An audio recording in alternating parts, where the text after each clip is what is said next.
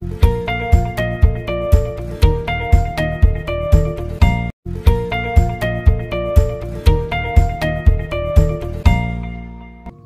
The lord.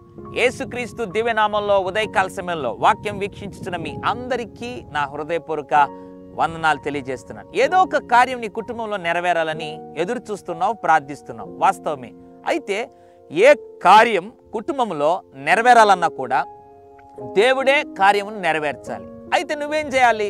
కీర్తన 37వ అధ్యాయం 5వ వచనం, నీ మార్గమును యెహోవాకు అప్పగింపుము, నీవు ఆయనను నమ్ముకొనుము, ఆయన నీ కార్యం నెరవేర్చును. Praise the lord.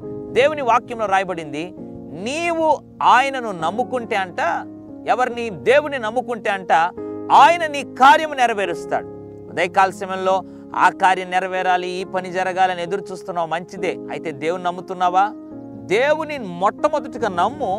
ఆయన నువ్వే కార్యం నెరవేరాలనుకుంటున్నావు అది సులభంగా, సునాయాసంగా నెరవేరుస్తాడు. అది ఇంటి నిర్మాణం అయి ఉండొచ్చు, వివాహం కావాలని ఎదురు చూస్తూ ఉండొచ్చు, గర్భఫలం కావచ్చు, ఏదైనా కావచ్చు. దేవునికి సమస్తం సాధ్యం కదా.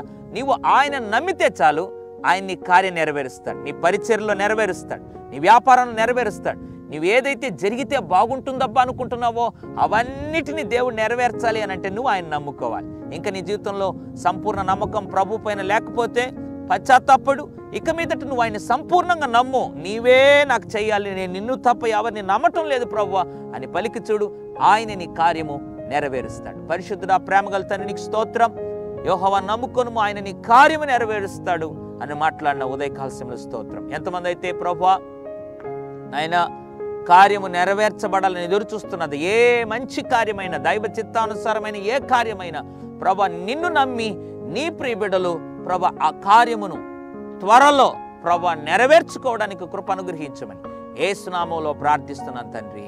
ఆమేన్. God bless you.